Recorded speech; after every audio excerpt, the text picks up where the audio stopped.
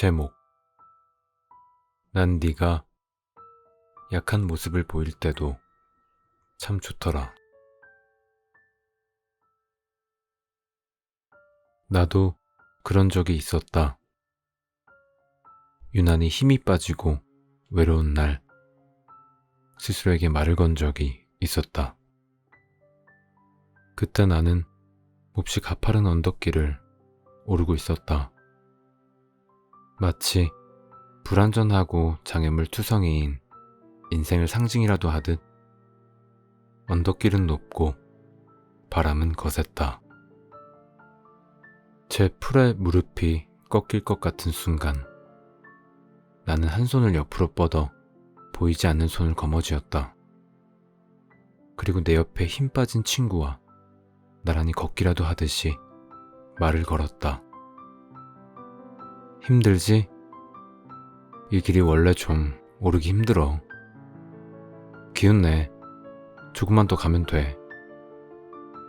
오늘 어째 시들시들하네. 무슨 일 있어? 그래, 별일 없어도 그런 날이 있지. 허허벌판에 홀로 서 있는 것 같고 심장이 유난히 쿵쾅거리고 머리에 열도 나는 것 같은 날이. 하지만 알잖아.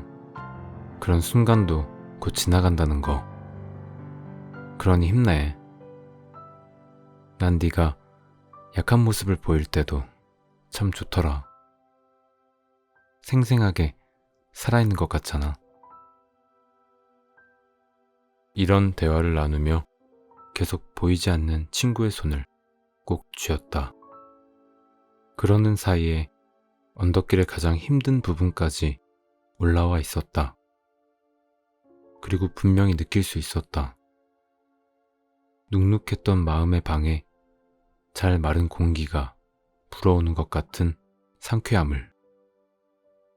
가라앉아 있던 마음이 조금씩 기운을 차리는 기척까지도.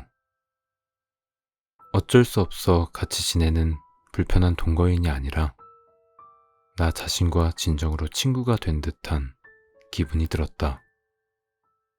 언덕 끝에 도착했을 때는 언덕 밑에서 허우적대던 나 자신과는 사뭇 다른 사람이 되어 있었다. 어느 쪽이든 내 모습인 것은 분명하지만 언덕 이쪽의 내가 진정한 내 자신에 더 가깝다는 확신이 들었다. 이대로 오래 혼자여도 괜찮을 것 같았다. 누구나 몸과 마음이 잦아들며 불안정해지는 때가 있다.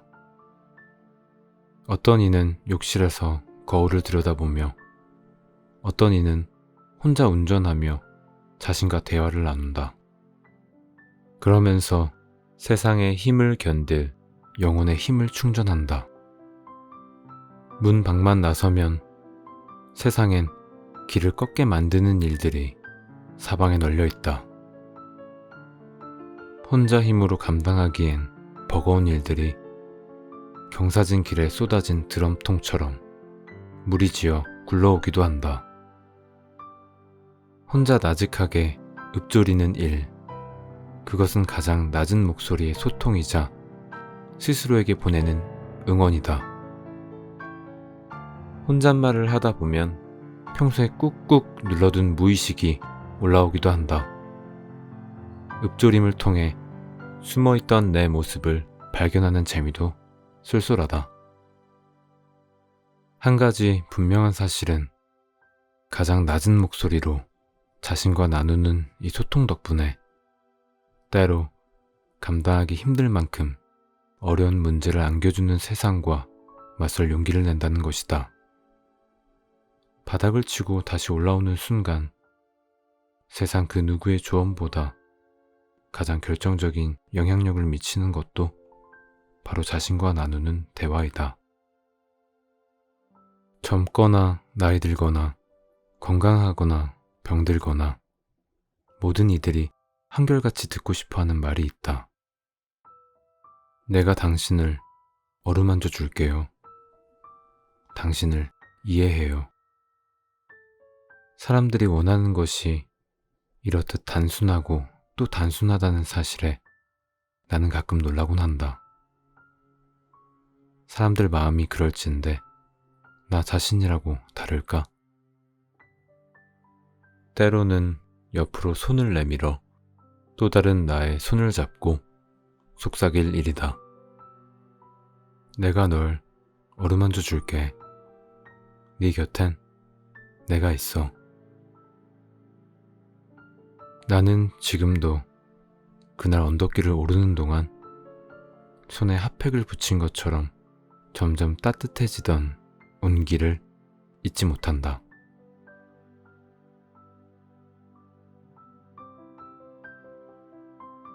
살면서 너무 힘들지만 버텨야 했고, 너무 아프지만 참아야 했고, 너무 속상하지만 혼자 속으로 사겨야 했던, 한없이 외롭던 그 순간에 어쩌면 내가 가장 듣고 싶었던 말. 누군가의 따뜻한 위로의 말이 아니었을까요? 안녕하세요. 쉼을 드리는 위안입니다. 오늘의 책은 출판사 갤리온에서 펴낸 정희재 작가님의 어쩌면 내가 가장 듣고 싶었던 말입니다. 2017년 출간 후 국내 독자들에게 꾸준히 사랑받으며 스테디셀러가 된 책입니다. 괜찮은 척, 아무렇지 않은 척 했던 순간에도 어쩌면 내가 가장 듣고 싶었던 말. 함께 읽어보겠습니다.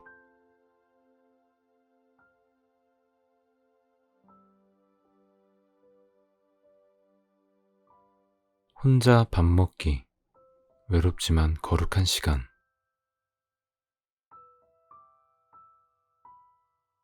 때를 놓쳐 혼자 밥을 먹어야 할 때가 있다. 그때가 오후 3시나 밤 9시라면 누구를 불러내기에도 어중간하다.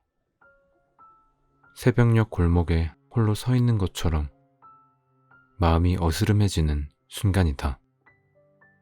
밥때가 지나간 식당에선 손님 대신 식당 사람들이 뒤늦은 식사를 하기 십상이다.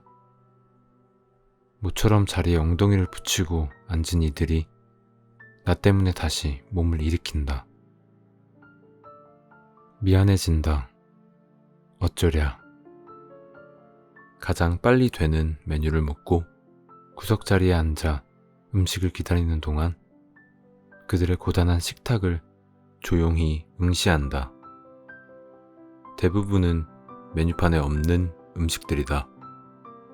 열무김치에 상추쌈이거나 두부를 큼직하게 썰어 넣은 고추장찌개를 가운데 놓고 마른 생선을 구워 차린 밥상. 따로 주문할 것 없이 그 자리에 숟가락 하나만 더 얹어서 같이 먹으면 좋으련만. 아이러니하게도 가정식 백반은 식당 사람들이 먹고 손님은 영업용 반찬과 메뉴에 가정식이란 이름을 붙인 무늬만 가정식을 먹는다. 명실상부하기가 이처럼 어렵다. 때로는 일이 잘 안 풀려 괴로운 마음으로 혼자 식당 한 구석을 파고들 때도 있다.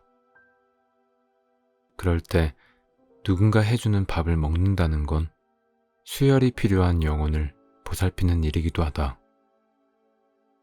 밥벌이에서 비롯된 상처를 황홀한 밥 내음으로 사귀는 시간. 핏발선 눈망울에 오기와 체념이 번갈아 깃드는 시간.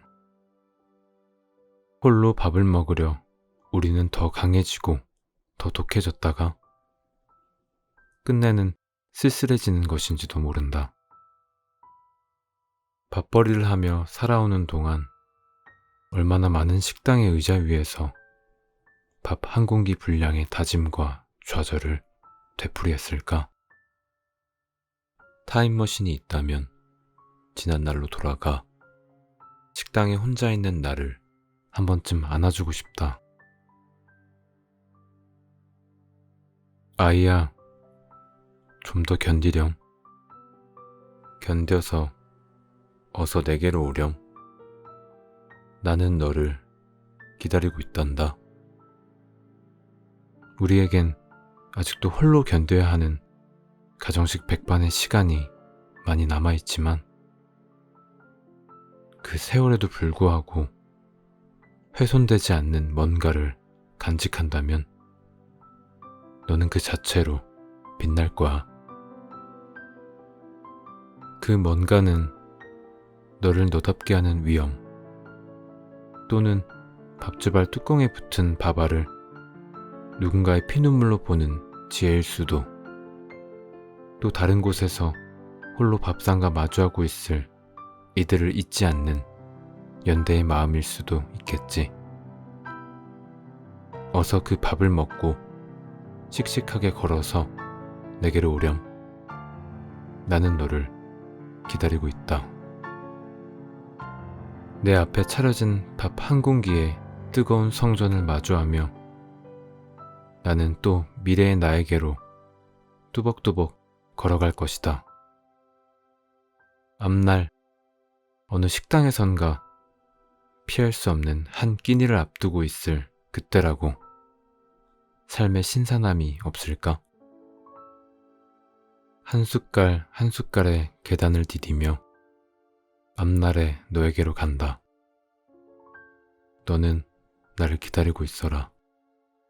부디.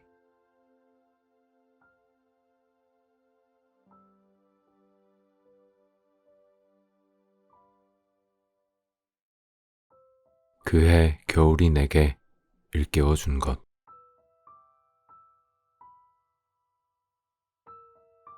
그해 겨울은 유난히 춥고 길었다. 기록적인 폭설과 한파로 온 도시가 마비되기도 했다. 출발한 지 3시간이 넘도록 직장에 도착하지 못한 사람들이 차를 버리고 눈을 헤치며 걷는 풍경이 뉴스에 나왔다. 보일러를 아무리 돌려도 실내 온도가 16, 17도에 머물렀다. 지은 지 오래된 빌라는 외풍에 취약했고 단열 기능도 떨어졌다. 창틈에 문풍지를 발라 단속해도 별 효과가 없었다. 창 쪽으로 붙은 책상 앞에 앉으면 손이 시렸다. 유난히 추위를 많이 타는 내게 그 겨울은 혹독한 자연의 위력을 톡톡히 보여주었다. 바깥 온도는 영하 13, 14도. 주방과 베란다 수도가 꽁꽁 얼었고 기적적으로 욕실에만 물이 나왔다. 그 물을 받아다가 밥을 하고 설거지를 했다. 욕실 수도까지 얼어붙지 않은 것에 나는 감사하고 또 감사했다. 어느 날 아침 날이 풀린 것도 아닌데 갑자기 보일러 LCD 창에 표시된 실내 온도가 3, 4도가량 쑥 올라가 있었다. 방안이 훈훈했다. 봄이 온 것만 같았다. 밖은 여전히 칼바람이 윙윙 대는 날씨. 어떻게 된 거지? 곧 이유를 알 수 있었다. 아이가 쿵쿵 뛰는 소리, 텔레비전 소리, 할머니 목소리. 위층 가족이 돌아온 거였다. 하필이면 그 추운 날씨에 서울에 온 그들이 안쓰러웠지만 위층에서 난방을 한 덕분에 그 온기가 내 천장을 덮인 거였다. 그동안 그토록 추웠던 건 그들의 부재도 한몫했음을 그제 알았다. 원래 추운 집이 아니라 그들이 없었기에 더 추웠던 거였다. 눈물겨웠다. 인간은 함께 어울려 체온을 나누며 살아야 한다고 도시가스가 난방이 알려주다니. 그리고 미안해졌다. 내가 집을 비운 겨울에 아래층 사람들은 얼마나 추웠을까? 우리는 얼굴도 모르면서 벽을 사이에 두고 도시가 공급해주는 화력으로 서로를 덮여 그 겨울의 한기를 견뎠다. 어느 날 아침에 일어나니 또 기온이 뚝 떨어져 있었다. 보일러는 싱싱 돌아가건만 방은 다시 외풍의 차지가 된 듯했다. 그래서 알 수밖에 없었다. 위층 가족이 떠났다는 것을. 그 겨울 나는 잊어야 할 것들이 많았고 흘려보내야 할 것들도 많았다. 너무 추웠으므로 잊어야 하고 흘려보내야 할 것들이 어디에도 스며들지 못한 채 나와 함께 겨울을 횡단했다. 봄이 왔을 때 나는 마음 붙이지 못하고 떠나왔던 모든 것들에게 용서를 빌었다. 온기를 걷었으므로 얼마나 추웠을까. 그 겨울을 따뜻하게 보냈기를. 어느 지붕 밑에서건 꿈없는 단잠을 푹 자기를 또 빌었다.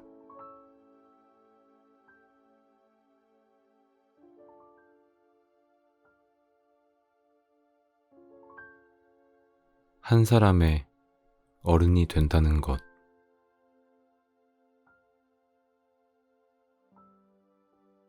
여러 해 전 10월의 어느 밤, 나는 아랫역으로 향하는 기차 안에 앉아 있었다. 그날따라 승객이 많아 입석으로 서서 가는 사람들이 여기저기 서 있었다. 도시를 벗어나자 창밖은 드문드문 불빛이 이어지는 들판을 가로질러 갔다. 잠이 오지 않을 경우를 대비해 들고 간 작은 잡지를 꺼내 읽었다. 오래 병고에 시달리던 아버지의 상태가 심상치 않다는 소식에 내려가는 길이었다. 아버지와 나는 오래 서로의 삶에서 비껴서서 기차의 선로처럼 평행선을 그은 채 달려왔다. 나는 아버지의 9자식 가운데 한 명으로 태어났지만 아버지는 나를 돌아보고 받아들이기에는 너무 바쁜 삶을 살아왔고 그가 이룩한 것들을 지키느라 늘 전전긍긍했다. 그는 사회적으로는 성공했으나 가정적인 면에서는 낙제점을 받을 만큼 무심하고 이기적인 가장이었다. 직감적으로 이제 아버지가 지상에 머물 시간이 얼마 남지 않았음을 알았으나 기차 안에서 내 마음은 담담했다. 아버지가 끝내 냉담했던 덕분에 일이 침착할 수 있구나. 격정 어린 슬픔과 창자가 끊어지는 고통에 휩싸이지 않아도 되는구나 싶었다. 살아가는 일이나 인간관계나 결국 어떤 식으로든 균형을 맞추게 마련인데 아버지는 이런 식으로 당신도 모르게 내게 큰 선물을 주었구나. 나는 그 선물에 힘입어 글자 사이를 겉돌지 않고 제법 집중해서 잡지를 읽을 수 있었다. 기차를 타고 내려가는 내 마음은 담담하고 담백했다. 그곳이 어디쯤이었을까?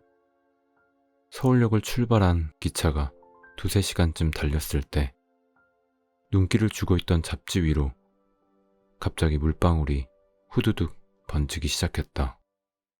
깜짝 놀라 고개를 들었을 때 나는 그 물방울의 수언지가 내 두 눈임을 알고 깜짝 놀랐다. 아무런 예고도 전조도 없이 갑작스레 눈물이 흐르기 시작한 것이다. 주변 환경은 그대로였으나 알아채기 힘든 미묘한 변화가 내 안에서 일어났다.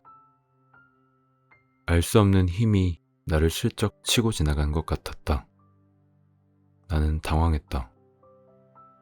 옆에 입석으로 서 있던 이들이 의아한 눈초리로 나를 바라보는 게 느껴졌다. 그런데도 억제할 수 없을 만큼 눈물이 거세게 흘러내렸다. 나는 잡지를 내려놓고 한 손으로 입을 틀어막은 채 어둠뿐인 창밖을 바라보며 울고 또 울었다. 왜 갑자기 이럴까? 알 수 없었다. 전 생애를 관통하는 어떤 슬픔의 힘이 내 몸을 쥐어짜면서 온몸의 수분을 모두 눈 밖으로 밀어내려는 것 같았다. 이유 없는 눈물의 기습 공격 앞에서 나는 속수무책이었다. 그러다 무심코 시계를 들여다봤다. 밤 10시가 넘어 있었다. 나중에야 기차 안에서 내가 울음을 터뜨린 바로 그 시간에 아버지가 운명했다는 걸 알았다. 나는 전율했다. 핏줄이란 그토록 무서운 것이었다. 아버지의 영혼이 그 순간 마지막으로 나를 찾아왔던 것일까? 알 수 없는 힘이 우리를 깨워 흔들릴 때는 먼 경계에서 누군가 찾아왔다는 신호라는 말인가? 그때 아버지는 마지막으로 내게 무슨 얘기를 하고 싶었을까? 지금도 가끔 아버지가 그립다. 그는 내가 사랑받고 인정받기를 갈구했던 첫 남자이자 마음껏 미워해도 좋을 자유를 준 최초의 존재였다. 때때로 아버지가 내게 모든 것을 의존해야 할 만큼 약한 존재였다면 어땠을까 상상해보곤 한다. 세상의 많은 자식들이 이와는 반대의 상상을 한다는 걸 알고 있다. 인생에는 정답이 없다. 있는 그대로 자신을 받아들이되 바꿀 수 있는 것은 바꾸려 애쓰며 나아갈 뿐이다.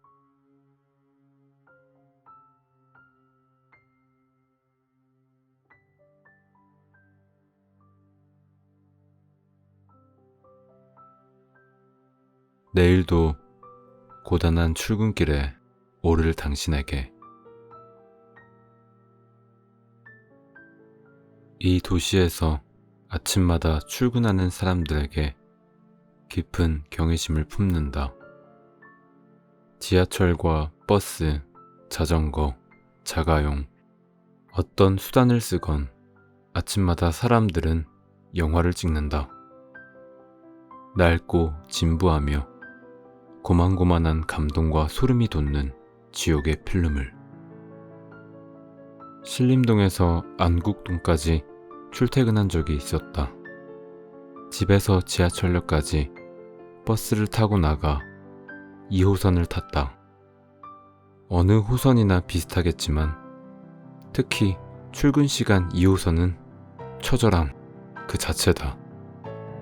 이미 터지기 일보 직전의 상태로 도착하는 전철. 아무리 복잡해도 저걸 타야 늦지 않는다. 안간힘을 다해 억지로 틈을 만들어 끼어든다. 콩나물 시루 속 한 가닥 콩나물 신세가 된 내게 위안을 주는 건 이어폰을 타고 흘러드는 음악 몇 곡. 한치의 여백 없이 서로 엉겨붙어 침묵의 시간을 달리는 동안 떠오르는 어느 시인의 시. 10,000원 지하철에서 갑자기 코피가 흐른다면 두 손으로 자신의 피를 받을 수 있을까 없을까? 다행히 코피가 터진 적은 없었다. 또 하나 다행인 건 2호선으론 7정거장만 가면 된다는 것. 3호선으로 갈아타기 위해 2호선 교대역에서 내린다.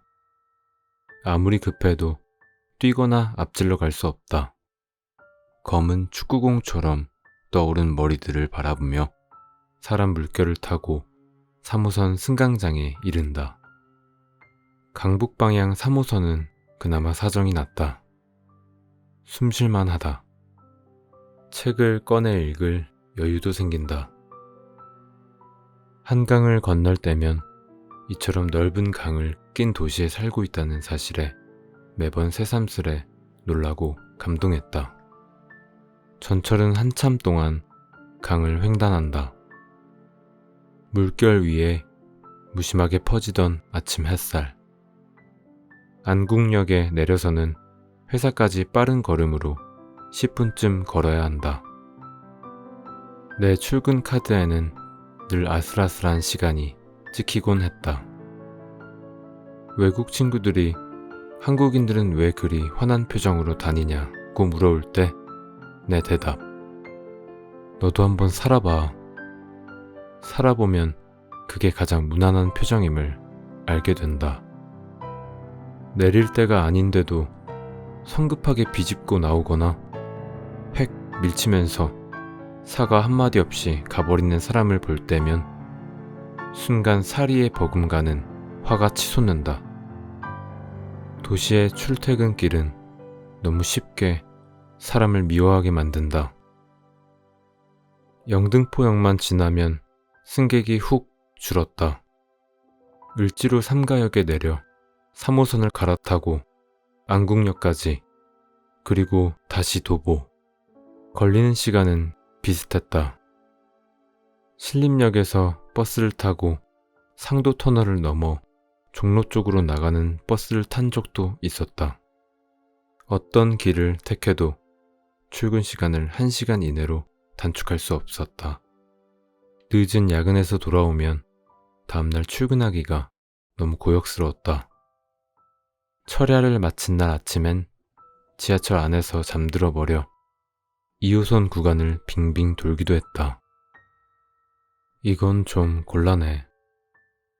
나는 아예 회사 가까운 동네로 이사를 하기로 마음먹었다. 회사에 알렸다. 집을 구해야 했다. 6시가 되기 무섭게 퇴근해서 근처 동네를 헤집고 다녔다.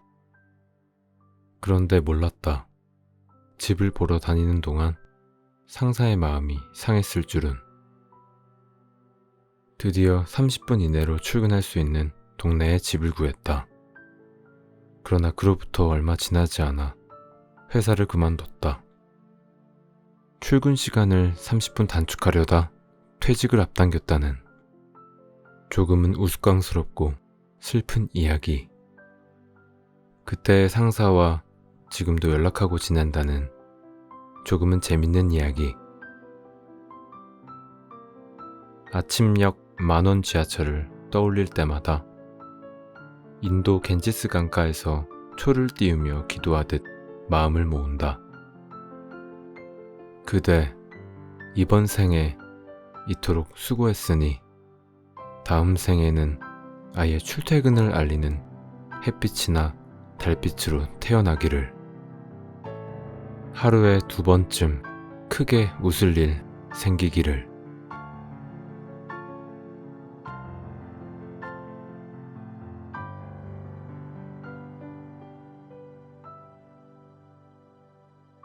내가 정말 살아있다고 느낄 때.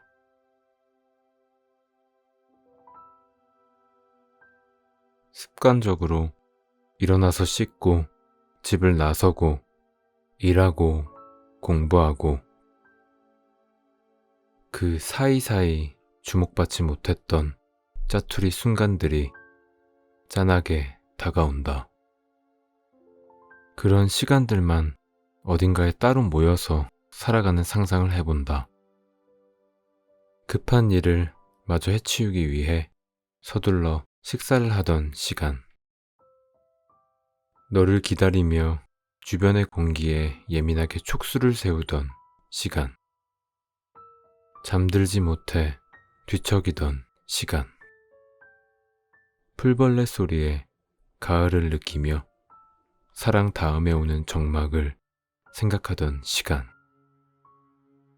그런 시간들이 모인 나라가 있다면 그곳에선 제대로 대우받고 행복하길 빌어본다. 이 계절이 지나면 그런 순간들이 또 얼마나 많이 쌓일까? 기억도 못하는 자잘한 순간들이 모여 지난 날이 되는 것. 소동과 자극이 주연 자리를 꿰차는 동안 기꺼이 잊히고 말았던 조연의 시간들 속에 내 인생의 비밀이 차곡차곡 빠져 흩어져 간다.